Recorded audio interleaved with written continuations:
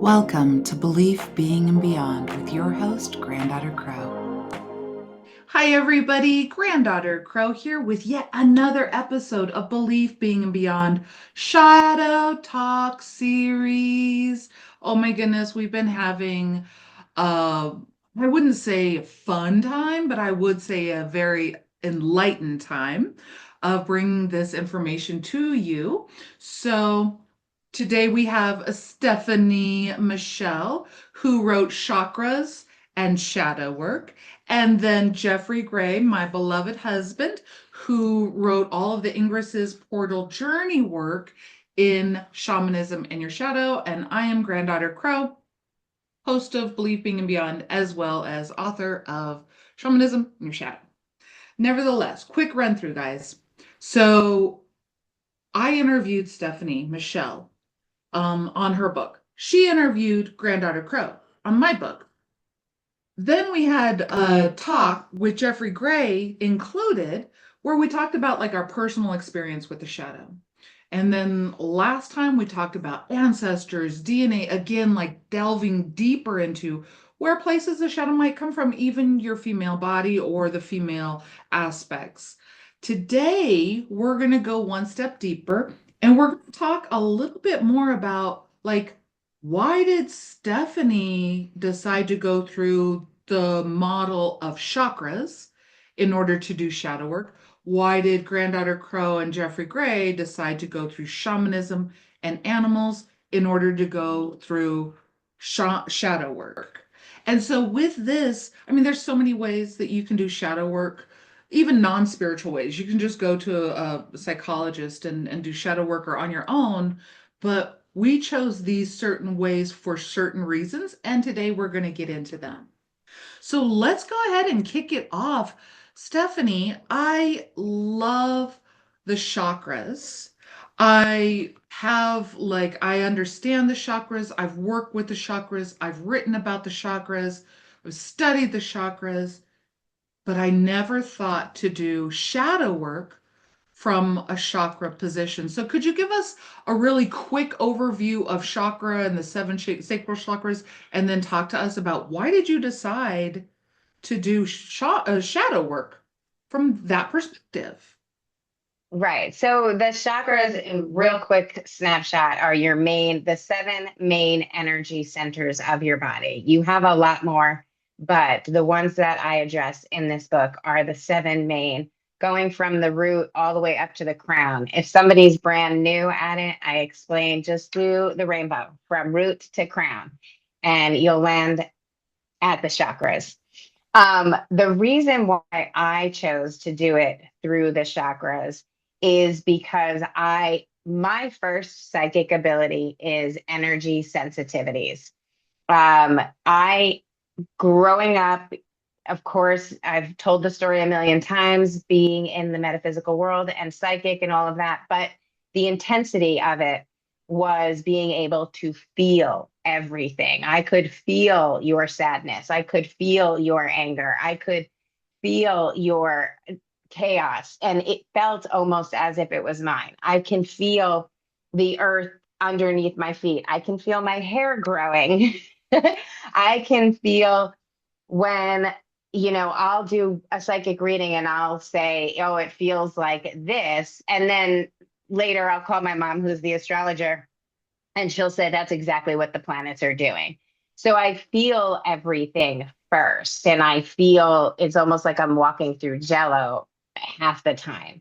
And so when I really started to dive into my own shadow work, well, let me actually interject that where I was going and tell you that in my own body, I feel my emotions more than I know my emotions.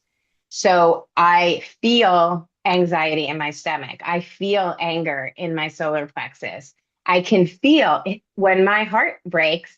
It literally physically feels like I'm having a heart attack. Like, so everything for me is in the physical realm and I feel it. I had to tune in to hear the spirits, but I could feel them. I could feel them. I could feel them as if they were touching me, blowing on me. They're all around me, everything. And then, I learned to fine tune all of that. So, with that said, and with the body, when I really started to unravel my own shadow work and do my emotions, I would feel a physical sensation of that emotion as if it was like a thought bubble coming from my heart and leaving. And then it gave me all this clarity. So I did it through the chakras because that's how I navigate the world. That's how I move forward within the world. Everything comes in feelings. It's a blessing and a curse, I say all the time, because I have to wear socks because I can feel every little thing on the ground. There's just some things I'm extremely physically sensitive to. So it felt very natural. It was very easy for me to go through the chakras, and it created so much clarity for me because that is my superpower, shall I say. First is the feeling part. I love that because I love that you're expressing it as a feeling. Some people, if you understand the word empath, that's somewhat what she's talking about.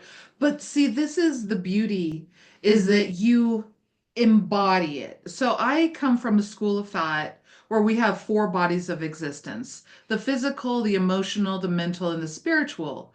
And you are absolutely right. The spiritual, mental, and emotional does ultimately come through the physical body, and we feel it, and we don't know what words to put around it or anything like that. So it really is about that embodiment. And I want to kind of go into, even I'll go ahead and tell you why we did shamanism, because it's along the same vein. But I'd really also, I'm going to pose a question to you about, like, what does it feel like when you're approaching the shadow through each of the chakras, because that was so important in your book. So we'll go there in a second. So with Jeff and I mean, a lot of it had to do with the same reason. I'll give my spiel and then I'll let Jeff kind of tell you why we chose shamanism and animal spirits. He's like, well, she's Navajo, duh. No, I'm just kidding. What else are we supposed to do? A logical conclusion. A logical. Absolutely. What else is she supposed to do? But it's the same type of thing. It's that shadow work can be seen as so obscure that it's hard to even write sentences around it, let alone books, which we have done, but it's still very obscure. And so when an individual reader comes in to read the books, to me, it allows them to identify and feel like, oh, I feel too. I feel that too. And so in the shamanism and the shadow work, it really is about approaching your shadow in the morning, getting to, recognize it more at noon, getting to understand it more in the evening, and to connect with it at night, because everybody knows, for the most part, what it feels like in the morning. And it feels different to all of us, but it's an embodiment, it's a sensation. We all are familiar with animals. I mean, every race, creed, religion, whatever, we all have animals and connections to animals. And because they make us sense something that is beyond words. And Right. so when we're working with the animal spirits of the raven in this book, the raven and the snake and the owl and the wolf, it kind of opens up what their personal relationship might actually be with these. So it's kind of brings people a little bit closer to embodying this work and be familiarized with, this is the work. It's not so obscure that I can't feel it. So over to you, Jeffrey Gray. Why did we approach the shadow from the shamanistic position or animal position or all of that? I think interesting because I think it goes hand in hand with what Stephanie was saying and what you just said about feeling it. There's so much of it is felt.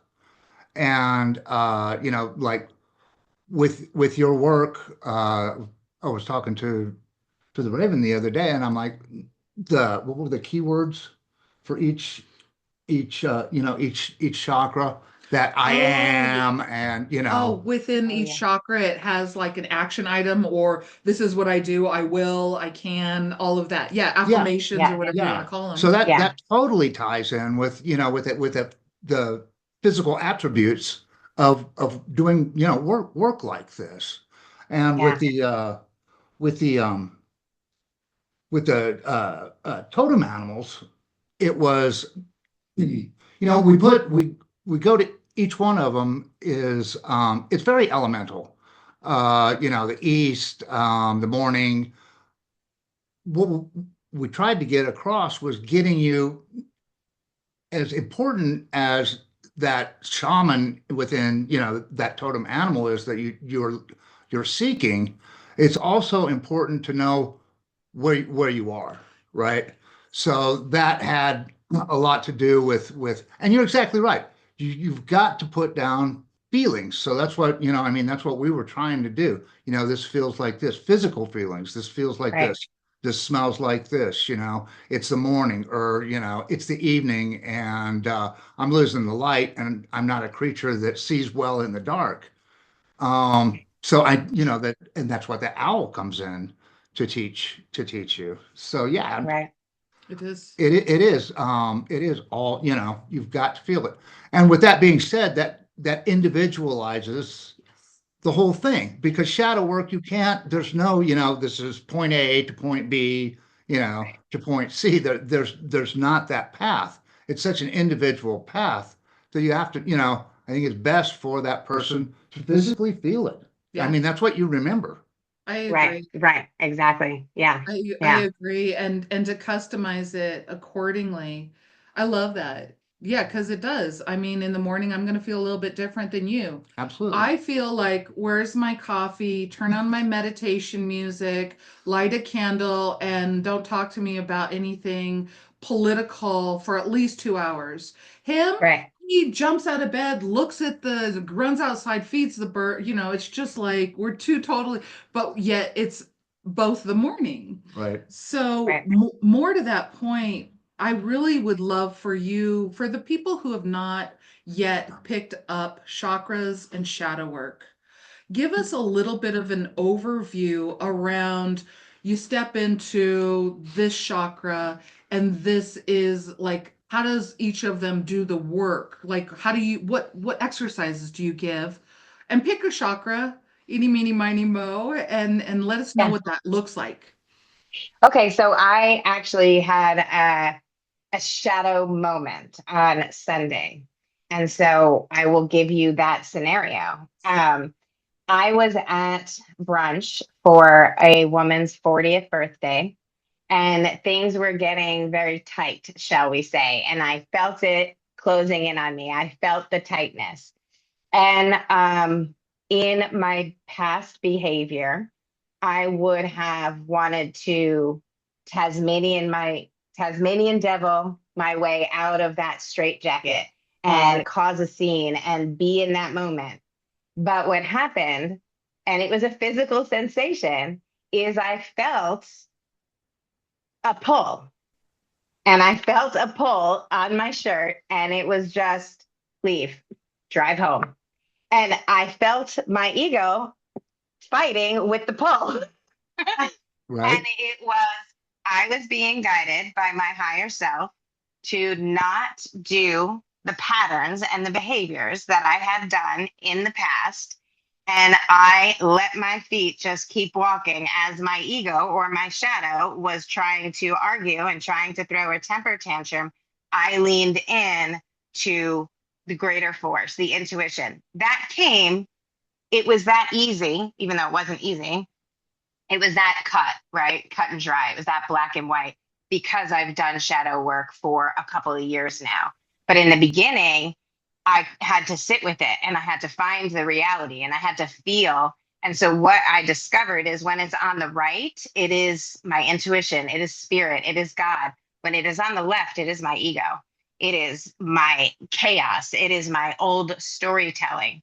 So when I got home, I had to sit down and process what it was that created the straitjacket, that created me feeling all of that fear and created me feeling stuck.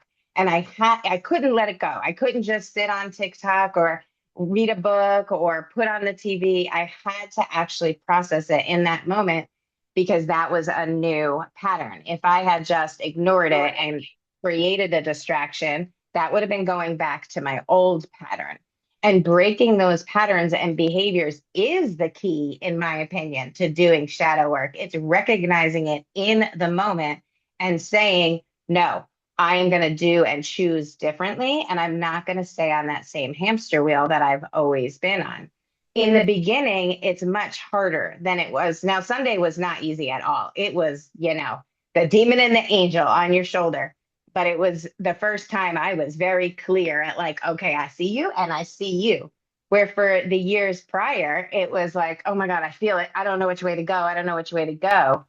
But because I've done the journaling and I've done the yoga and I've taken all the tools and I've done the meditation and I've done the practice, because it is a practice, I can now clearly see what side is talking and which side I should follow. I love I hope that answered the question. it does. And I have to agree that the more that I pay attention to changing the patterns, listening to my shadow, listening to my light, listening to all of that, it is about changing patterns. It absolutely is. And you don't always, like, the shadow is in the hidden, and so you don't always recognize your patterns. But the more that you do the work, the more you recognize your patterns and get to make a positive choice. So if somebody, let's take it down to, for example, I just sit down with your book and I open it up, and I am a person who is having really difficult times with knowing who I am and what I want in this world. And so I realize that, maybe my solar plexus has something to do with it. You literally take us through talking about the solar plexus. What is it here for? What are the colors? What are all of these things?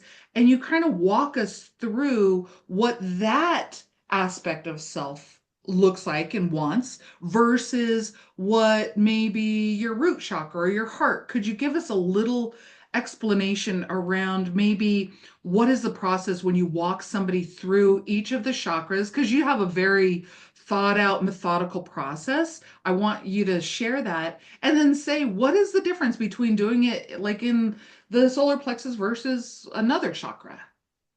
Well, each chakra holds or aligns or has a frequency to emotions. So all the frequencies around us, it's like having, playing the piano.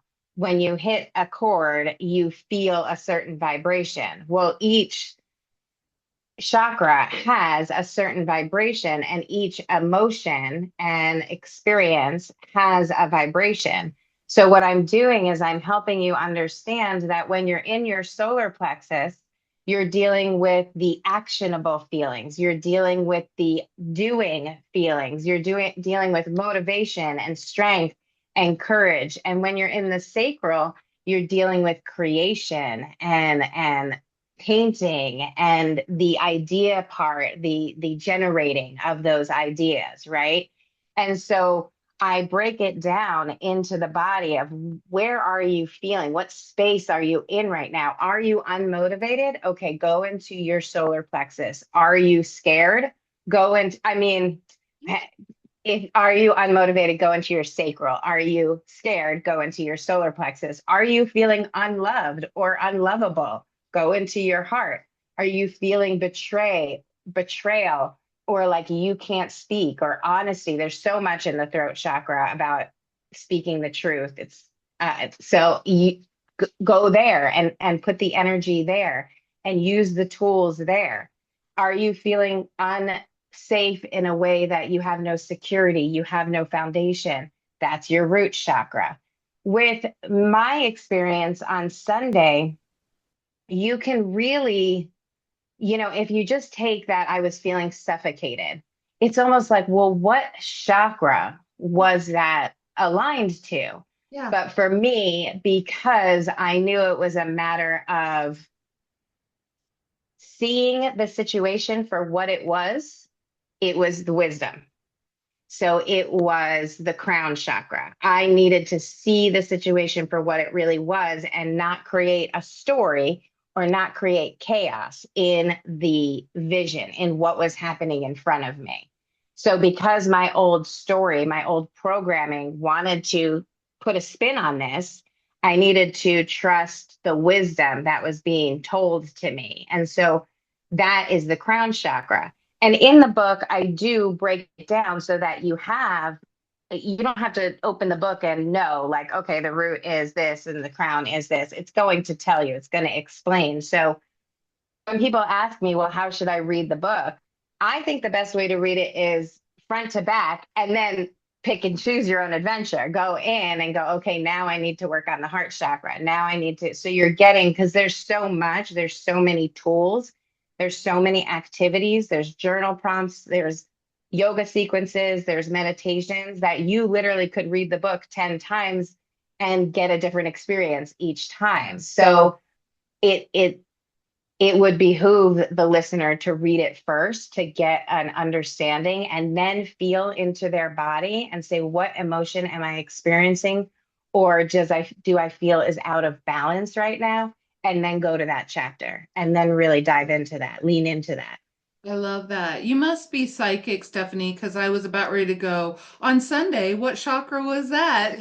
So thank you for that. And that is a really good point to be able to kind of it's self-knowledge. And when you do the shadow work with your chakras, like I mentioned last time, you examine the internal world and you are able to correct what is your past story, why, all of those things, or release, like, am I doing this just because I want to be accepted, or am I doing this because I love myself? So I love that. That was a great rundown. That's exactly what I was hoping, that we'd get those nuggets out of there. So, moreover, animals and shamanism, switching it over to chakra work, like what do we do when we are like, if I just pick up this book and all I know is, well, it's Granddaughter Crow. I heard about her and Stephanie and Jeffrey Gray off the podcast. Now I've been thinking about doing shadow work. Okay, so at the beginning of my book, total first half has to do with academic, what is a shadow, all of these things, and I examine it. But then we get into the second half where we also give a lot of tools. But why do we choose those for animals? Well, I think the first thing with it was, the taboo, Taboo animals. so, and this work is considered, dark moon work, shadow work, all of that. I think I love this conversation because what really struck me Yes. was the fact that doing shadow work is so much, there's so much importance of feeling, right? And it's also interesting because you don't, I mean, you don't see into shadows, you feel into darkness, right? I mean, Right, you have to right. feel into darkness because you can't see. And I think that's a clue right there, it's like the owl. It sees in the dark. The reason why it sees in the dark is because, its pupils are able to take in, that what little light there is and see. So, I mean, one of the things with owl, I don't want to give any spoilers away or anything, but the owl is able to tell you, what is blinding you. Well, your emotions are are blinding you to some extent, um, actually quite a bit, because well, when you get into the book, you'll see how your emotions are the simple phrase is, you're clouded by the emotions, clouded by emotions. Your decisions are clouded by the emotions. So I really dig the fact that it is all, it is literally all touchy-feely, Yeah. the shadow work. And it's with you within yourself. Yeah. Right. So that's yeah. And it's kind of interesting too, just to clarify, I love that you say that shadow is dark, so you gotta feel. And then the second half is to navigate through it and realize, okay, I'm feeling my way through this, but then I need to recognize what emotion is. And is that emotion something that I need to release through some yoga moves and tea that Stefani gives in order for me to reset and move forward without that bias of love and hate and all of that? Is that kind of, Yeah, that's, I mean, because yeah. one side it's like you're feeling the emotion, and then the second side is, but then the emotion kind of gets lost. And so it's kind of like you go in there, you feel it, it gives you clues, and then you learn how to see deeper beyond See deeper beyond beyond the that. And emotions. sometimes that I love it. sting Yeah. is actually feeling, because Right. you Right. follow once you start following that gut check, then it's like, well, I made the right decision, Yeah. or I feel good about that decision. I love Yeah. it. I love it Yeah. too. And also, another reason why it's so beautiful that we worked with these four animals is because in any scary movie that you watch, if there is a haunted house or somebody just died or you're in a cemetery, you will inevitably hear the crows in the background. Yeah. you know and the snake, I mean, you can go into the snake and go into the biblical. That's Satan that came down and tempted Eve, and then they fell away from God, so the snake in is bad. Or when you look at the owl, there's so much lore around, oh, they look so alien, and oh, they are death harbingers. What? Right. What do you have? I loved it. There was a program called Res Dogs, right? And it's about these native kids on a reservation down in Oh, yeah. Oklahoma. And every time they showed an owl in that series, they'd have a bar, across its Yeah, eyes so it couldn't look at Um, you. block it out Yeah, yeah, because oh it's my absolutely. goodness. Yeah, taboo. It's yeah, it's taboo. taboo. Yeah. And then you have like the wolf, which is like the big bad wolf going to burn your house down. So a lot of these animals do have like that taboo. But it also is that relationship between them, and then more into like the tools that we provide in shamanism and your shadow is the feather of the raven. How can you work with that as a tool? Or, it's the morning time. How can you work with that as a tool? So we actually break down, ooh, I've got something. You're hearing it here first, people. We do journey work meditations, four of them, one per each chapter, one for each of these, the wolf and the raven and the owl and the snake. And because we're like, well, that's really hard for somebody to read a meditation and then go into meditation. How should we do this? We have recorded Jeffrey Gray reading all of these guided meditations for you. It's on Granddaughter Crow YouTube channel and anywhere you get your podcast. It's Journey into Shadows, and we have all of those recorded. It's cut up into chapters, and you can do that as well. And coming soon, Stefani is going to have the same thing where she is going to read, because in each of the seven chakras, she goes through a meditation as well, and we'll get that out there to you guys. And I'm really excited about that. Yeah. Stephanie, I gotta tell you, I actually had some feedback from one of the people who is reading Shamanism in Your Shadow. She just listened to the Raven Ingress and Portal. Oh my God. You think, I mean, I would have written the book just to hear what she experienced and how much healing she just went through with just one of them. And so I am just really, really excited about that. Of course, people, this is free. So if you want to just go, well, let me just listen to those and do my own work, go for it. Yeah, go for it. Right. Go for it. It Yeah. does accompany the book, and Stephanie's is coming out here soon in the near future, and it'll accompany her book. But you can just listen to them and take yourself on your own journey. I absolutely. Absolutely. So we have a few more moments. I would love to, because this is more of like the takeaways and why we approach the book. What one exercise or takeaway would you love to give to the listeners who have or have not yet purchased or read the book from you so that they can get a little bit more familiar with like, what does this look like in action? Stephanie, take us away.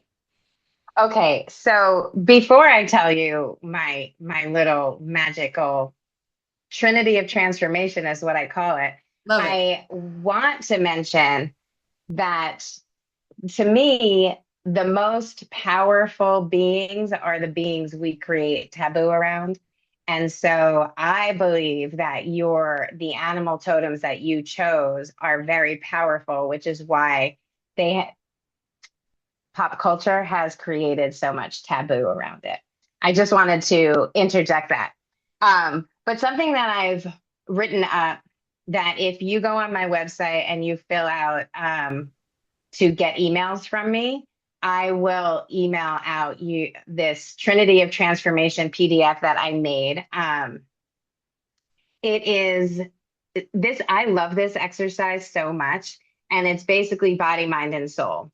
And whenever I am in a space where I really need to move some energy and I need to transform my belief system, my environment, just my life in general, when I need to manifest something, I do these three things all together, and it is body, mind, and soul. And so I will think about, okay, what is it that I would like to transform, transmute, change? And then I will create a vision, the most wonderful vision I can think of, above and beyond. It doesn't matter. Just keep on going. I will fantasize. There is no limit to the fantasy. And then I will move my body. So I have to do something physical, whether it's yoga or walking or dancing or punching, depending, it doesn't matter. But my body has to be in movement. It's creating that energy kind of battery, right? And Yeah. so it's creating a battery for the vision. And then I have to feel it. So I have to emotionally feel it. So I'll smile, I'll feel the joy, I'll put on music that has the frequency of whatever the emotion is. If I'm trying to empower myself and take back my power, I'll maybe listen to some female empowerment, screaming female music and visualize myself being independent and free and all this stuff while dancing. So it's the movement, the actual feeling of it, plus the vision. I do those three things. And every single time in my life, my entire life, whatever it is that I'm trying to transform always comes to pass. The key is time is an illusion and the enemy. So you cannot put time limit on it. And you can't think you didn't get there yet. It's still coming if you didn't get there yet. And so you move, you think, and you feel, and it works every single time. I It's love the it. Trinity of transformation. The Trinity of I love it. Transformation. And give us a call out to your website so that people can sign up for your email list. It's www.primalhearthealing.com. Perfect. Do that, you guys. We need all of the Trinity of Transformation that we can get. I'm like, this sounds like fun. So, takeaways. What should we get into as far as exercises or takeaways? Do you have anything or you want me to? Go for it. Okay. So, one of the things that I would say is that it'll be really easy, you guys. Light a candle and be quiet. Period. See what happens. Yeah. Light a candle and be quiet. I have been doing that for every morning for the longest time, and it's really interesting because it brings me back to like I have all the thoughts and stuff when I wake up in the morning, but it brings me exactly back to what both Stephanie and Jeff and I are saying, embodiment. Where am I? What am I feeling? Where am I going? Because you can't get to point B unless you know where point A is. So, and where you're at, I often think of like a map, and you get that little red arrow that says you are here. A lot of times I don't know where here is, and so I Mhm. just go.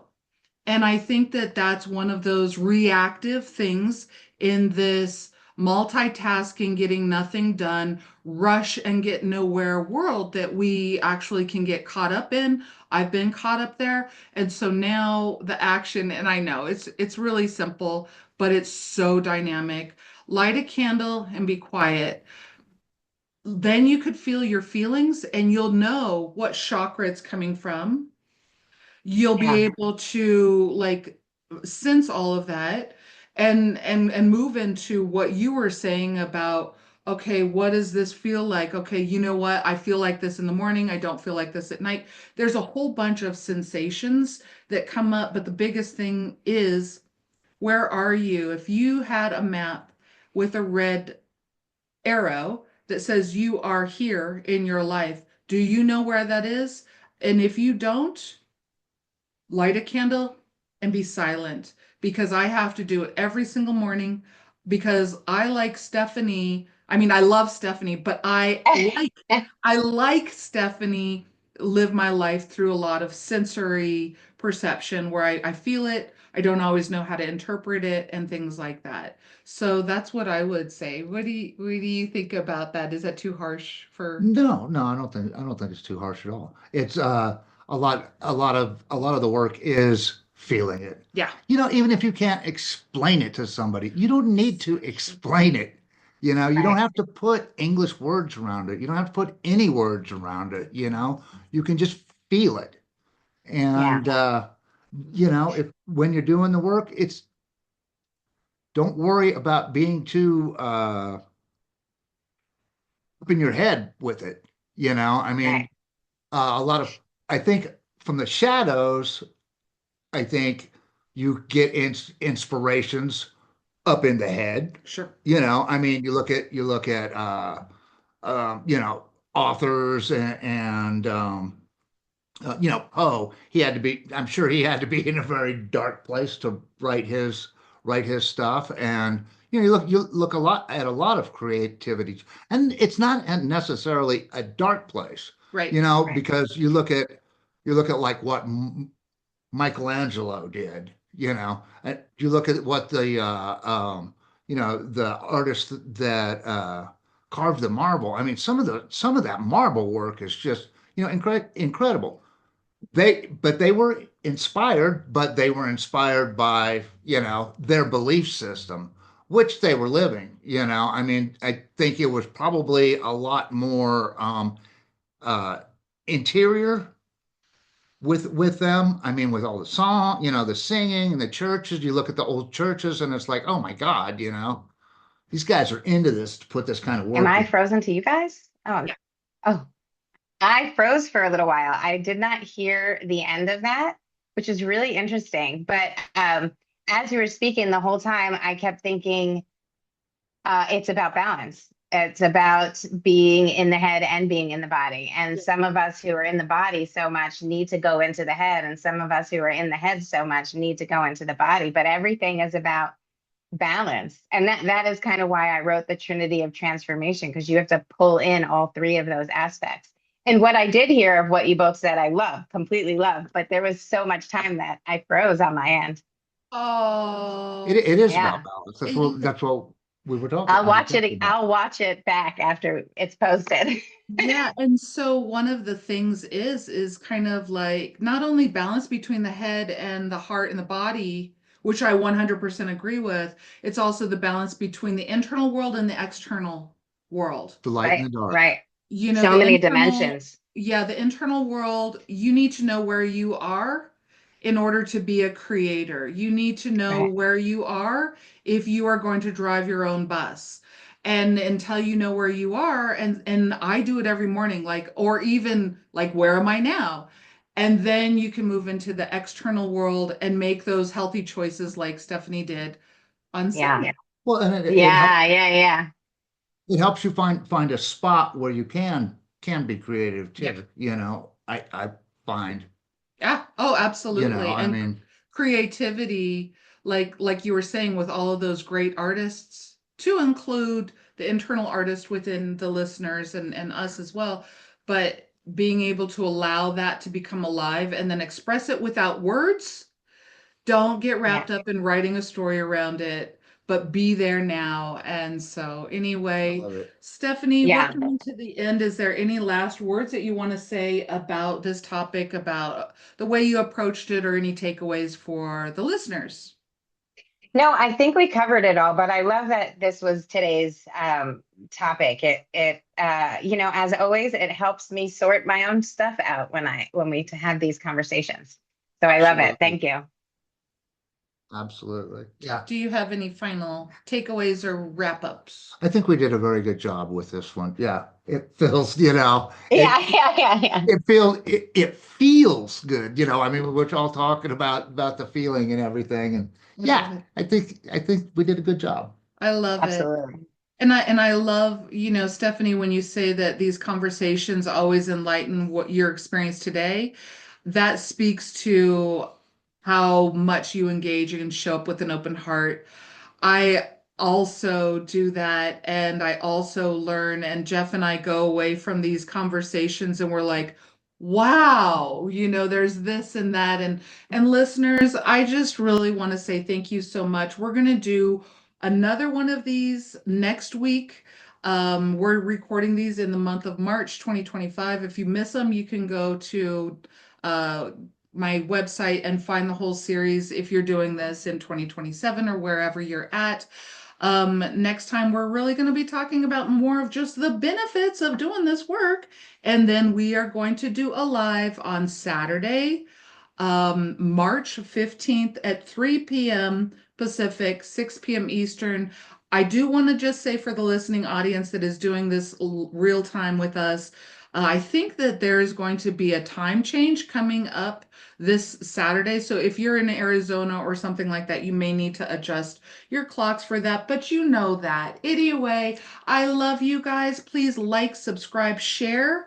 You can save this so that the next time you go through your shadow work, you'll be like, oh, is that what that was about? Oh, and then you can add too.